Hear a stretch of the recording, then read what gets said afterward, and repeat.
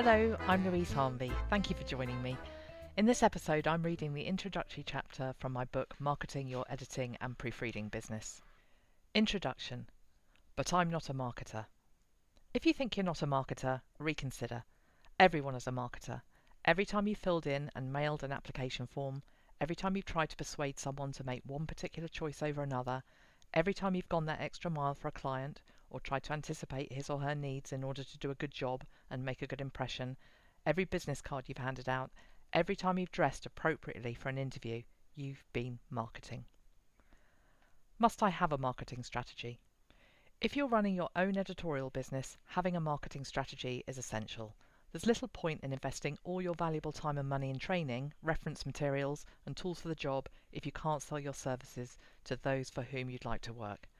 Lois Frankel notes the importance of one of the favoured phrases of California-based leadership coach Bruce Heller: out of sight, out of mind, out of business. It's worth remembering because it reminds us that we very much need to be in sight and in the minds of our customers. Our marketing strategy enables us to plan how we'll do this. New editors and proofreaders enter the profession every year, and the market is already full of established professionals with excellent reputations and lots of experience. These people are your colleagues, but they're also the competition. If you don't invest time planning how you're going to promote your business, you're far less likely to succeed because you won't get found. What is marketing? Trawl the internet for advice on marketing and you'll soon find yourself knee-deep, virtually speaking, in definitions. Here are just a few. Marketing is the activity, set of institutions and processes for creating, communicating, delivering and exchanging offerings that have value for customers, clients, partners and society at large. That's from the American Marketing Association. Marketing is the management process responsible for identifying, anticipating and satisfying customer requirements profitably. And that's from the Chartered Institute of Marketing. They're two good definitions and you'll notice how they focus on the customer, but they're a bit of a mouthful. More digestible is Robert Clay's rather fun definition. If you could see the world through John Smith's eyes, you can sell to John Smith and what John Smith buys. Another is my husband's. Admittedly, he probably borrowed this from someone else. He can't remember even telling me this, but his definition of marketing is persuading someone to think they want what you've got. I like it because it's easy to remember and succinctly makes the connection between your business and your customer. A simpler way of thinking about it. The myriad professional definitions of marketing can, however, make the new starter feel out of their depth. There's a danger that the impenetrable business speak gets in the way of what is, I believe, quite a simple message. Therefore, the way I choose to define marketing can be summed up in 4 words: being interesting and discoverable. Being interesting and discoverable.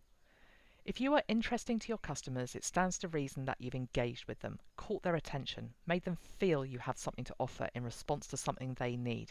If you're discoverable, you've enabled your customers to find you, even if that means you've gone directly to them.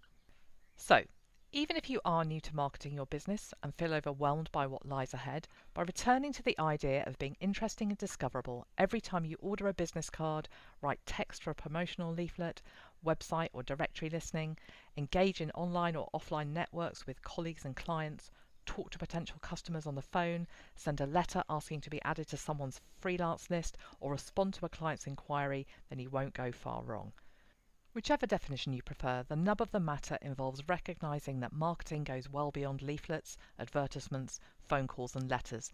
Marketing is about how you present yourself so that, having identified your core client base, you make yourself attractive enough that those clients feel confident about commissioning your editorial services. Furthermore, it's about maintaining those relationships so that clients come back to you repeatedly and recommend you to others. Marketing for the introverted. Marketing doesn't have to be about hard sells, screaming sales pitches and chest thumping. It can be about gentle persuasion, good communication, excellent service delivery, professionalism and courtesy. It's about putting yourself in your customer's shoes so that A, you instill confidence in their perception of you, and B, you deliver solutions to their problems. Being introverted certainly doesn't equate with poor marketing ability. The thought of standing face to face with a large group of people in order to present a seminar sends me into a cold sweat, but I'm still supremely confident about my ability to promote my business. Bringing your personality, whether you're shy or outgoing, into the equation is part of the process. Even if you are by nature an unassuming person with a gentle approach to those you work with, this is just as attractive to the customer when it's presented as part of an overall story about the care you take with your clients, the confidence you instill in them, the quality of your work, and your attention to their requirements. Passive versus active marketing. One way of breaking down marketing activities is to think of them in terms of passive and active. Passive involves doing things that enable your clients to come to you. For example, advertising in directories, building a website, developing social media profiles. Active marketing involves doing things that take you directly to the client. For example, cold calling, emailing, letter writing, attending networking events. Neither one is better than the other, but doing both is recommended. Active marketing is particularly beneficial in the startup phase of running your editorial business because you may not yet have developed a strong enough online presence to ensure that your website features at the top of the search results, and you may not yet have the amount of experience that makes you stand out when clients are searching specialist directories. Being active will mean you're less likely to be dependent on others. If you're always dependent on referrals from colleagues or a publisher deciding whether to book you, you run a higher risk of experiencing dry patches. Don't be lulled into a false sense of security by the idea that dry patches are normal even for editorial businesses that have been up and running for a few years. For the new starter, dry patches will be inevitable unless you're very lucky. Active marketing drives your business to a position where those patches are less likely to be part of the equation. Active marketing helps you turn into the person who makes the referrals because you don't have the capacity for all the work you're being offered. It gives you the choice about which projects to take on and which to decline, whatever your reasons and preferences. Marketing isn't difficult. The good news is that marketing isn't difficult, technically that is, though it is time consuming. While the rewards of your marketing plan may take time to bear fruit, many of the promotional strategies you use can be implemented cheaply and quickly. But it does take time. However comprehensive and well thought out your marketing strategy is, the results will not happen immediately. Marketing is a process, a journey, not a checklist that one completes and then forgets about. Some activities may take months, even a couple of years to yield results. Others may generate work quite quickly. Taking the time to work out where your core client groups are and how to focus your energies on them is therefore important because it will help you invest your time wisely. Is there a right way? Marketing isn't about rights and wrongs, just different approaches. Marketing is a process of exploration and learning, a chance to embrace different concepts, apply them to a range of activities, and then assess the results. In my companion volume, Business Planning for Editorial Freelancing, I suggested the following. If someone tells you that X approach doesn't work and Y is the best way, stop and think before you follow blindly.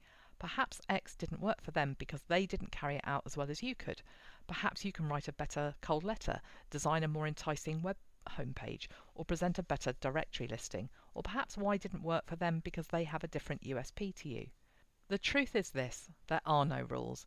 There are frameworks you can use to help you develop best practice, but as you research the field and look at what your colleagues are doing, you'll come across examples that break the mold and yet deliver results. Instead, think about marketing as something that you can experiment with. It's about coming up with ideas, however banal or outlandish, that you can juggle, test, keep and discard according to how well they increase your visibility and opportunity.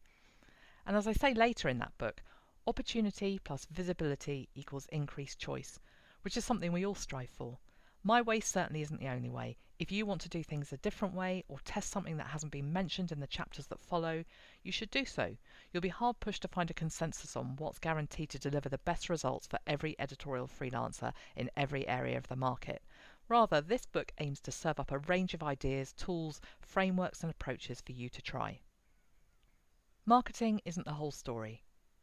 While having a marketing strategy is, in my opinion, essential, it's of course just as important to have the skills for the job. Throughout this book, I've made the assumption that we're taking the necessary steps to ensure we're fit for the very market that our promotional plans help us to target.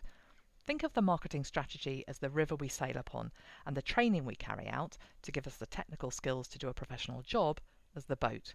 We need both to get us from A to B. If there are holes in the boat, we won't get far along the river before we sink, and if the boat is sound but there's no river, we remain tied to the mooring. If in doubt about the training opportunities on offer where you live, your National Editorial Association will be able to advise you appropriately. What's in this book? This book is divided into 4 parts. Part 1 addresses concepts, things to think about, while Part 2 covers activities, things to do. If you're an inexperienced or cautious marketer, and you might well be if you're reading this book, I strongly recommend you read Part 1 in its entirety first. The conceptual elements underpin the doing elements addressed in Part 2, and you'll feel more enthusiastic about carrying out these activities if you've embraced the conceptual framework first. The chapters in Part 2, which address the various activities you might like to consider, can be read in any order. Part 3 offers a sample outline marketing plan, and again, I'd like to stress that it's a guideline only. You don't have to do all the activities that the fictive marketer chooses to do, nor do you have to do them in exactly the way he does them. Instead, use it to stimulate your own creative juices. I've used the example of a completely new entrant to the field in this section because it's often newbies who find it most difficult to develop a structured approach to promoting their businesses and to articulating a message to their customers. However, experienced editorial freelancers who are fearful of marketing should also be able to use this example in order to develop their marketing goals. Finally, Part 4 offers a list of works cited, further reading, tools, and other useful resources. That's the end of this reading. I hope you'll think about joining me for the rest of the book. It's available in Kindle and print on Amazon and as a PDF direct from me, either as a standalone or as part of the omnibus, which includes the book Business Planning for Editorial Freelancers too. Bye for now.